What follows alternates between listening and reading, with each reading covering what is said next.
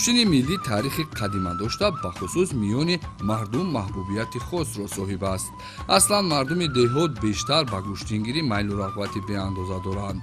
бо ин мақсад ҳамасола дар шаҳру ноҳияҳои вилояти хатлон дар баробари дигар намуди мусобиқаҳои варзишӣ мусобиқаи гӯштини миллии гӯштингирӣ низ доир карда мешавад.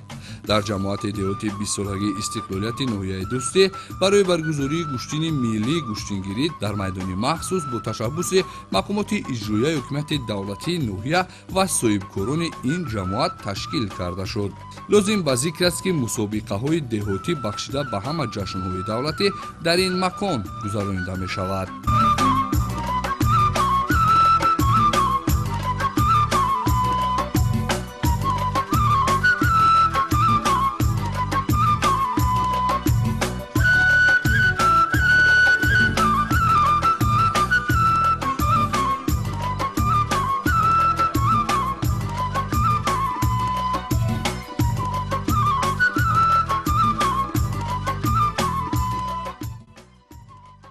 роҳбарияти мақомоти иҷроияи ҳукумати давлатии ноҳия зимни баромад таъкид дошт ки баргузории мусобиқаи имрӯза барои ҷавонон як василаест ки паҳлавонони умедбахш пайдо хоҳанд шуд. зикр гашт ки чуноне аз саҳифаҳои таърихӣ бармеояд анъанаи хоси ниёгон аст ки ҳангоми таҷлили ҷашнҳои миллӣ бештар байни паҳлавонон чорабиниҳои ҷолиби варзишӣ бахусус гӯштини миллиро роҳандозӣ намуда дар мавзеъҳои сарсабзи табиат паҳлавононро ба ҳам меоваранд. нерӯозмоии паҳлавононро садҳо нафар мардуми рӯсто бо завқи зиёд тамошо намуда бо шӯру шавқ мухлисӣ мекарданд.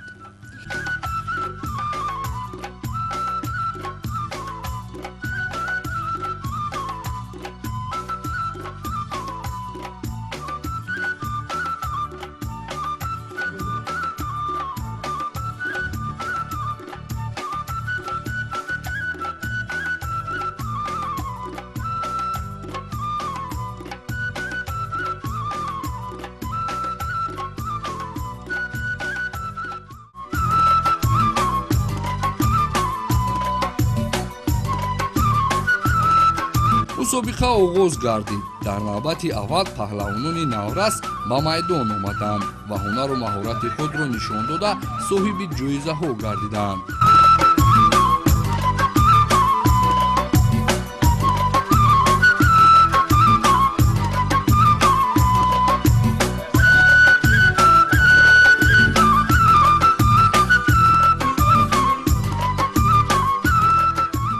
من حاتم‌شاهزاده امیرجان من از ناحیه نوبت به اینجا تشریف آوردم. در این مسابقه آمده هفت حریف خود را مغلوب کرده صاحب جایزه‌های مسابقه امروزه گشته و باز می‌خواهم که من خود را زیاد کرده در مسابقه‌های دیگر آمده شرکت ورزم و صاحب جایزه‌های افتخاری بگردم. امروز ما با پیشواز گرفتن نوروز بین‌المللی نوروز جهانی که با دستگیری بواسطه اساسگذاری صلح و وحدت ملی پیشوای ملت محترم امامعلی رحمان که نوروز را جهانی نمود و ما در همه جماعت شهرکی 20 سالگی استقلالیت جمهوری تاجیکستان ناحیه دوستی گوشتین ملی گوشتینگیری که мақоми ҷаҳонӣ дорад. дар ҳамин ҷамоат гузаронида шудем. ҳама бо дастгирӣ бевосита мақомоти иҷроии ҳокимияти давлати нояб буд ки паҳлавоно аз ҷумҳурии Ӯзбекистон, Эрон, Афғонистон зиёда аз 300 нафар паҳлавоно иштирок доранд ва тамошобиноне ки имрӯз аз чанд ноҳияҳо ба ин ҷо омада тамошо карда истоданд зиёда аз 10,000 нафар мебошанд ва мо дар оянда кӯшиш мекунем ки дигар мусобиқаҳои варзиширо дар ҳамин ҷамоат мо бо сатҳи баланд гузаронида барои истиқбол гирифтани ҷашни наврӯзи байналмилалӣ сатҳи баланд гузаронем.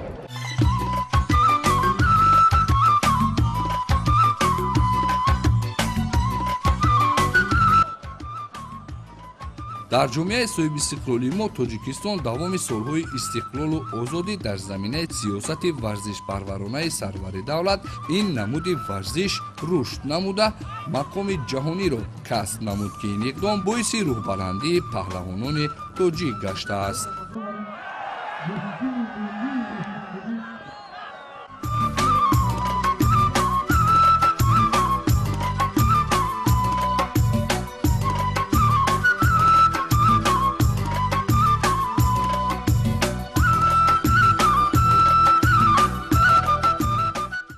امروز بینید که جشن نوروزی در زمین تاجیکستان سرشید انشاءالله برای پیشوای معظم ملت اینقدر در تمام گوشه و کنار جمهوری تاجیکستان روز به روز نوروز تشخیص داده است. این همه غمخواری ملت است.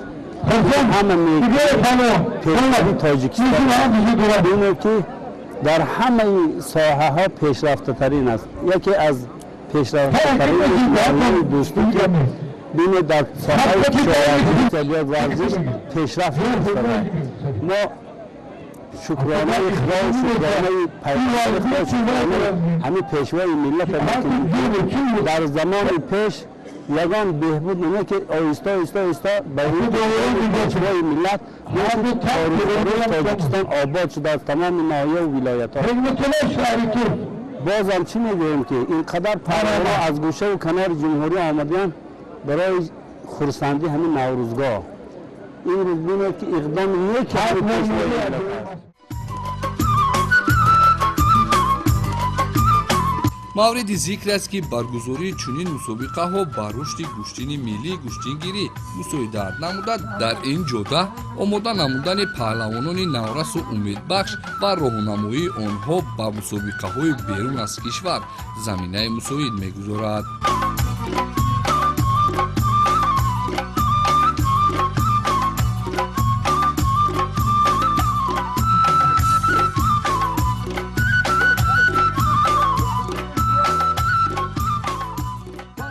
дар ноҳияи дӯстӣ дар баробари дигар соҳаҳо рушди варзиш низ баръало ба мушоҳида расида имрӯзҳо толору майдонҳои варзиш аз ҷониби соҳибкорон мавриди истифода қарор дода шудааст ки дар омода намудани шогирдон нақши бориз доранд.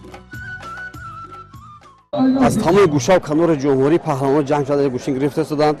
ما هم خرسندیم، ما هم اومدیم گوشین ملی را یعنی تماشا کرده شدیم و ما هم با دستگیری جناب عالی محترم پرزیدنت کشور ما محترم امام‌الرحمن یک تالار ورزشی با نام برادران در ناحیه دوستی شدگی ام کی بخش و 35 سالگی استقلال شدگی ام کی در اونجا پهلوانانی نورسانی از وزن یعنی از 25 کیلو سر کردگی تا وزن 70 کیلوگرم در اونجا مشق تمرین میکنند. زیاد از 80 نفر پهلوان ما تیار کرده هستیم و خوشبختانه گوشین ملی سنتی ما که مقام بین المللی گرفتگی است.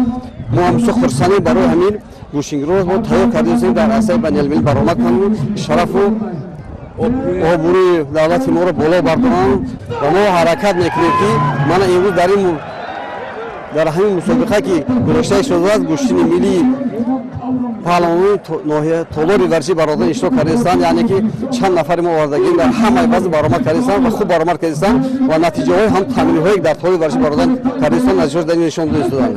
ما به حد خرسندیم در آینده حرکت میکنیم ان شاء الله که در عرصه بین المللی بچه‌ها تیار کرده برآوریم.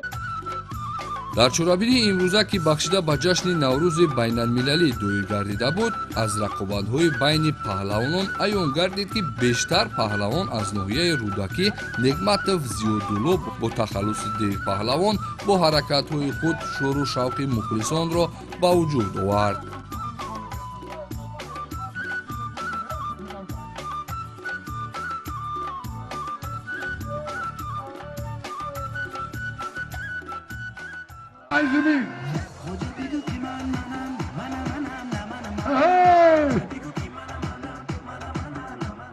мо хоҳиш дорем ки ҳам хеле майдондорӣ бисёр шава.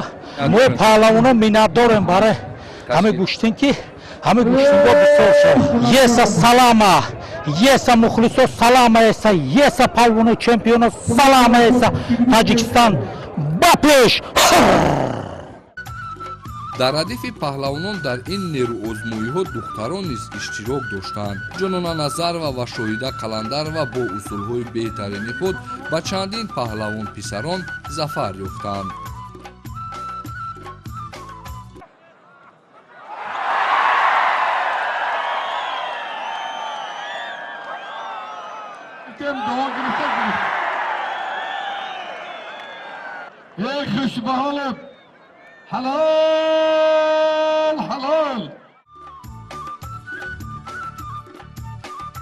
сипас бо дастури кумитаи тадорукот Шоҳида Қаландарова бо Ҷонона Назарова байни ҳам рақобат намуданд.